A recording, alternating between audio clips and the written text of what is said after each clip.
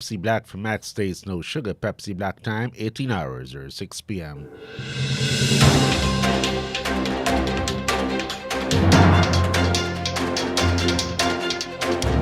The news from Guyana, the region, and the world. Compiled in the News Talk Radio newsroom and powered by DemeraraWaves.com.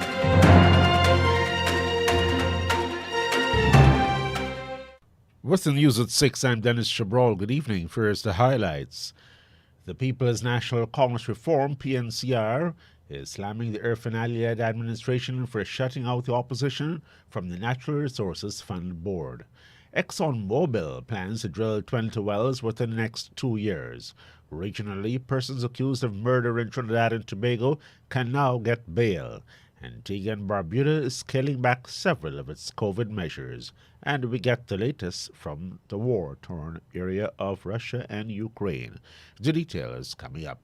The news comes to you with the compliments of Kentucky Fried Chicken, KFC.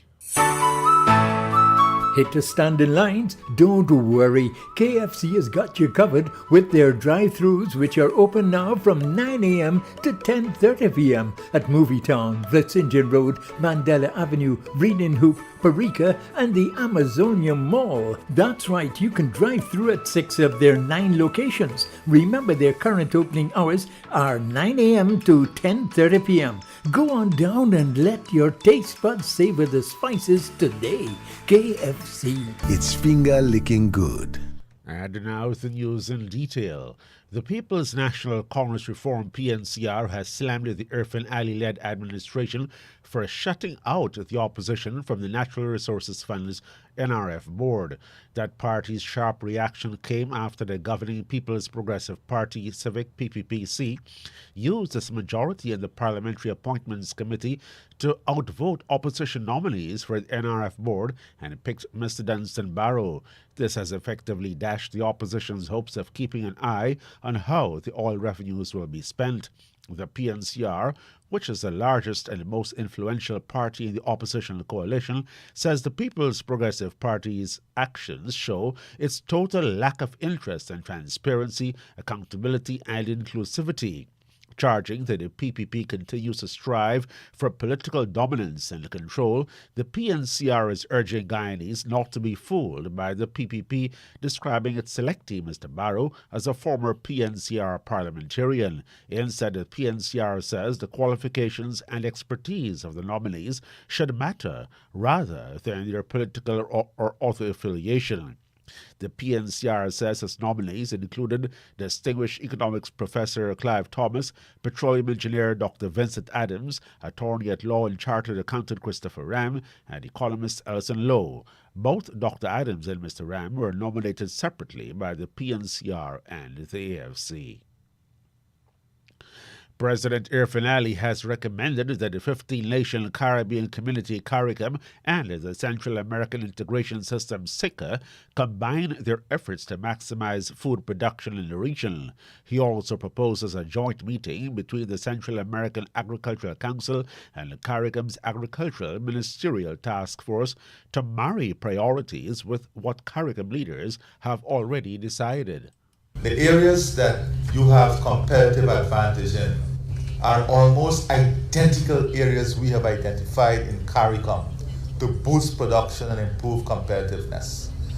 So this is a low-hanging fruit, very, very low-hanging fruit, in which we can bring real benefit, real results, and show the population of a region that we are not only in prolonged dialogue and conversation, but here is it that as a joint region, we are prepared to put up an actionable timetable that we are going to open ourselves to accountability to the people in achieving the integration that food security and agriculture can bring for us. Addressing a joint meeting of the two blocs in Belize, The president said efforts were already underway for a seeker to participate in the upcoming Regional Agricultural Investment Conference scheduled for May 19 to 21.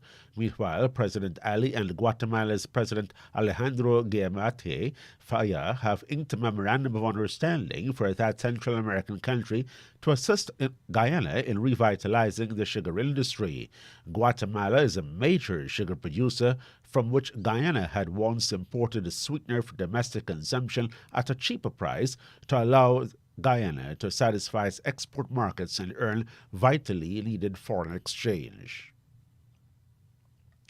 ExxonMobil plans to drill 20 additional exploration wells offshore Guyana as the company gathers more seismic data from other discoveries. This announcement was made by ExxonMobil's Senior Vice President Neil Chapman at a presentation on Investor Day 2022.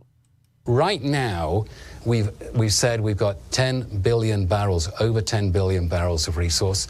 We've not accounted for the Lau Lau and Fangtooth discoveries we've had this year. I would estimate that we will do order of magnitude 10 exploration wells this year, 10 exploration wells next year. That's kind of the pace that we are at. As we've said previously, we see potential for that resource from 10 billion barrels to more than double, but it's exploration, and we will see. And as we will evolve our development plans as our exploration program progresses. According to the ExxonMobil Senior Vice President, the find at Fangtooth, just west of Liza, with the same quality of oil, has caused a re-evaluation of the Stabroek block. I'll just give an example of that. One of the two discoveries we've had this year, which is called Fangtooth. Fangtooth is up dip or to the west of Liza, same quality of oil. That investment alone, because it's at a deeper horizon, has given us a new insight into how that basin can develop, and it's impacting what our next level of exploration will be. So that is happening all the time. We're doing exploration between the existing operations or investments and on the outer edges. So that's constantly changing our development plan. Senior Vice President of ExxonMobil, Neil Chapman. Health Minister Dr. Frank Anthony is urging Guyanese to watch their weight and what they eat to reduce the risk of falling very sick with COVID-19. He says if this is not done and persons do not exercise, they can get obese and suffer from a variety of non-communicable diseases such as diabetes, hypertension, and heart ailments. He's appealing to Guyanese to manage their body mass index or BMI and keep it within the recommended range. Because of these comorbidities, we have been seeing people with comorbidities having a more severe form of COVID, a lot of them requiring hospitalization, and in some cases when they're hospitalized, they would also, in some cases end up in the ICU. So again, it is important for persons to start monitoring their BMI levels and to take the necessary precautions so as to prevent these risks. And again, one simple way to do that is to make sure that you have enough exercise, at least 30 minutes, 5 to 6 times per week. Meanwhile, latest official figures from the Ministry of Health show that 5 persons are now receiving intensive care for COVID-19. They're part of a total of 22 persons who were hospitalized because they have contracted a potentially deadly virus. Those who have been ordered to isolate themselves at home now total 342. 12 others have been quarantined to see if they'll show COVID-19 symptoms. 23 new cases have been recorded within the past 24 hours. The death toll is 1,223. In the Caribbean, the Antigua and Barbuda government is planning to relax a number of the COVID-19 mandates. The Antigua Observer reports that the cabinet says it is no longer mandatory to provide proof of vaccination when entering government buildings. The Gaston Brown government is also expected to make a final policy decision next week on changes to make mask wearing optional. Cabinet spokesman Milford Nicholas says after reviewing the trends and the data of the coronavirus, the government is open to relaxing some of the protocols. These include a mandate which requires unvaccinated public sector workers to get tested for COVID every 14 days. He says the chief medical officer has advised that a vast majority of the more recent infections were of the Omicron variant, and this has increased immunity among the population. The changes are likely to affect the operation of public schools, which are now operating on a tiered system. Former Barbados Chief Justice Sir David Simmons is opposed to Barbados going the route of a referendum in pursuing constitutional reform. He warns that this can be destructive as most persons will vote along party lines rather than on the issues. Sir David says the truth is that people usually use the opportunity to vote against the government. He has also offered one suggestion the government presses on with changes to the Constitution.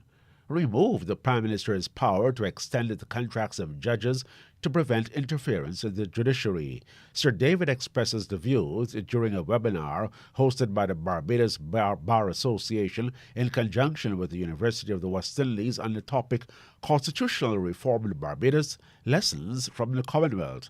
Also in that panel were former President of the Caribbean Court of Justice Sir Dennis Byron and Deputy Dean of the Faculty of Law at the UWI's Mona campus, Tracy Robinson. Ms. Robinson shared Sir David's view that a referendum was not the best option. She suggested there were more constructive ways to get the public's view on constitutional reform. Sir Dennis, who served as CCJ President from September 2011 to July 2018, said the views of the public could be accessed in other ways. For example, he supported the decision by Guyana to have broad-based consultations in reforming its constitution. From today, nothing prevents anyone in Trinidad and Tobago who is accused of murder from applying for bail. This was the outcome of the Court of Appeal's decision to refuse a stay or suspension of its decision on February 17, essentially giving anyone facing a murder charge the opportunity to apply for bail.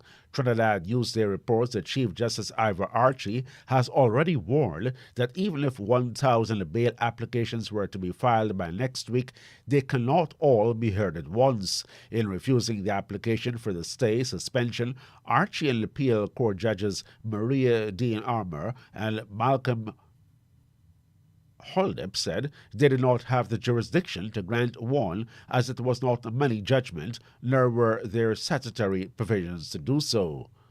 They did grant conditional leave, and once the state pays its 500 British pounds sterling to the British Privy Council, and a record of appeal was settled within the next week, the final leave will be granted so the state can take its appeal to the London court.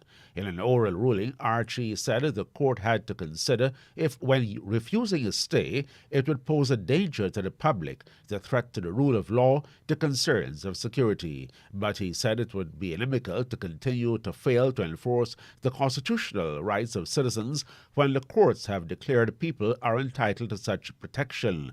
In its February 17 decision, the appeal court upheld the appeal of a former murder accused, Achille Charles, who challenged the constitutionality of the Bail Act, which made murder a non-bailable offense. The court held the section was not constitutional as it interfered with the court's jurisdiction to grant bail in breach of the separation of powers and was not reasonably justifiable in a society that has proper respect for the rights and freedoms of the individual. Back in Barbados, residents there can see rising prices, eventually leading to inflation and an increase in the cost of living as a direct result of the current Russia-Ukraine crisis. Finance expert Professor Justin Robinson made the projection yesterday, saying that while the war being waged between the two Eastern European states would likely impact the global economy and ultimately have a spin-off effect in Barbados, he said Barbados, Russia, and Ukraine are connected to the global economy, and what happens in one part of the global supply chain has an impact on the others. In that regard, he anticipates that there will be a negative impact for Barbados. The finance expert says the immediate effect of the Ukraine crisis will be on prices, the cost of living and inflation in Barbados, mainly through the price of oil and gas, which is a major input in the economy, and the cost of goods. The Trinidad and Tobago government has appointed a cabinet subcommittee to review the current status of its majority-owned company, Telecommunications Services of Trinidad and Tobago, TSTT, and make recommendations on its future. Minister in the Office of the Prime Minister, Stuart Young, made the announcement at the post-cabinet media briefing on Thursday. Trinidad and Tobago owns 51% of TSTT and Cable and Wireless 49%. He says the subcommittee will examine TSTT's current position and the status they are in now, and the changing nature of the telecommunications industry. Mr. Young says the Cabinet Subcommittee will conduct a valuation of TSTT and determine what should be done with that telecoms company. Young said that the committee would be chaired by Planning and Development Minister Camille Robinson-Regis and would include himself, Public Utilities Minister Marvin Gonzalez, Finance Minister Com Imbert, and Digital Transformation Minister Hassel Bacchus. We now go to the BBC World Service for the latest bulletin of international news. BBC News with Sue Montgomery. As fighting continues in Ukraine, Russian forces are making slow progress against stiff resistance. In the south, they have taken areas along the Black Sea coast and are surrounding the port city of Mariupol. The governor of Mykolaiv says Russian troops have been driven out of the city. From Kiev, here's Jeremy Bowen. Across Ukraine, Russia is trying to bring its strength to bear. Not much is left standing in Bucha, one of Kyiv's satellite towns. Russia's attempted rapid assaults hit fierce Ukrainian resistance. The Russian army's answer to that is firepower. On the edge of Kyiv, some volunteers are in position, still trying to get organized. The professionals, better armed and trained, are closer to the front. After a night of fighting much further south, Russia has seized the nuclear power plant at Zaporizhia. It's hard to imagine a worse place for a firefight. The United Nations Security Council is holding an emergency meeting to discuss the safety of the nuclear plant, Ukraine's biggest, which was shelled before being captured by Russian forces. The head of the International Atomic Energy Agency said a building adjacent to one of the 6 reactors had been hit. Neda Tawfiq reports. Rafael Grossi, the director of the IAEA, told the council that no safety systems had been compromised from a technical point of view, but he insisted that there was nothing normal about the military being in charge of the sites and that the installations were under constant danger from threats and accidents. Mr. Grossi has been receiving regular updates from the operators of the Zaporizhia plant, and he said his proposal to send a mission was still being evaluated by Ukrainian and Russian officials. The United States representative said the world narrowly averted a nuclear catastrophe. The G7 group of leading industrial powers has condemned Russia's attacks on Ukrainian civilians and civilian infrastructure, promising to hold those responsible for war crimes to account. It said the humanitarian toll was catastrophic. Here's Danny Eberhard. There's been a flurry of diplomatic activity by Western allies as foreign ministers of NATO, the EU and the G7 all held separate meetings. There's unity on many issues. These include praise for Ukraine's resistance, calls for Russia to end its war immediately and for the swift opening of humanitarian corridors, and also on the need for further sanctions on Moscow. The West's dilemma is that sanctions take a while to bite fully, and it seems unlikely that the threat of war crimes investigations will substantially alter Russia's military campaign. The American Secretary of State Antony Blinken has said that Russian forces are using increasingly brutal methods in Ukraine, including attacking civilian populations. He was speaking in Brussels after meeting his European Union counterparts. BBC News.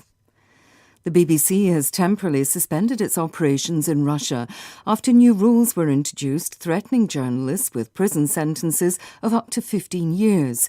Its Director General, Tim Davies, said the new legislation appeared to criminalise independent journalism. He said the BBC News service in Russian would continue to operate from outside Russia. The Ukrainian government says that in addition to conventional warfare, it's facing constant attacks in its cyberspace. The official in charge of cybersecurity, Viktor Zhora, said the attacks were targeting Ukrainian government and infrastructure networks.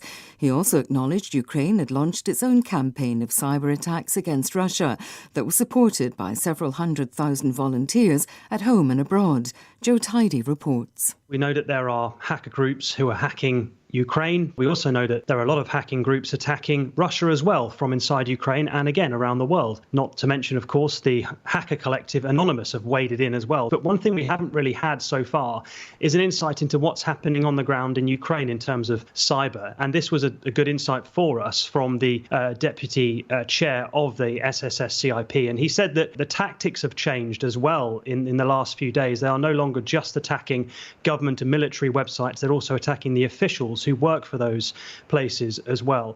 In other news, the US Supreme Court has reinstated the death penalty for Dzhokhar Tsarnaev, who was convicted of the deadly 2013 Boston Marathon bomb attack. Its ruling overturns a Court of Appeal decision that vacated his death sentence. Officials in northwest Pakistan say a bomb blast at a mosque in the city of Peshawar has killed at least 56 people. Police said nearly 200 people were injured in the suspected suicide attack on the Shia mosque. Around 50 are said to be in a critical condition. BBC News. And that's the news to the moment. KFC delivery is now available from the Amazonia location. For shore-based Little Diamond residents, call 6320533, 6320533, 6080-162, 6080-162, or 503-3591, 503-3591. That's KFC's delivery service from the Amazonia location. KFC. It's finger-licking good. Now to end the news, a recap of the highlights. The PNCR is condemning the government voting to shut out the opposition from deciding how the oil money will be spent. ExxonMobil plans to drill 20 wells within the next 2 years. Regionally, persons accused of murder in Trinidad and Tobago can now get bail. Antigua and Barbuda is scaling back several of its COVID measures. The news came to you with the compliments of Kentucky Fried Chicken, KFC.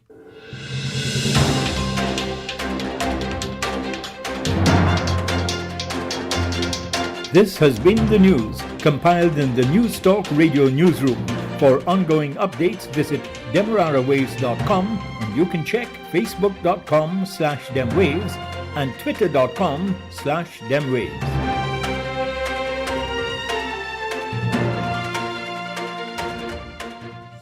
Time in Guyana, 18 hours, 22 or 6:22 p.m.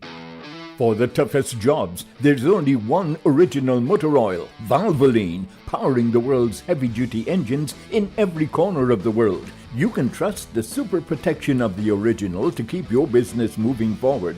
Valvoline, the original that never stops improving. Distributed by Swiss Machinery, Eccles Public Road. Telephone 233-3821 or 2495 or WhatsApp 691-1732.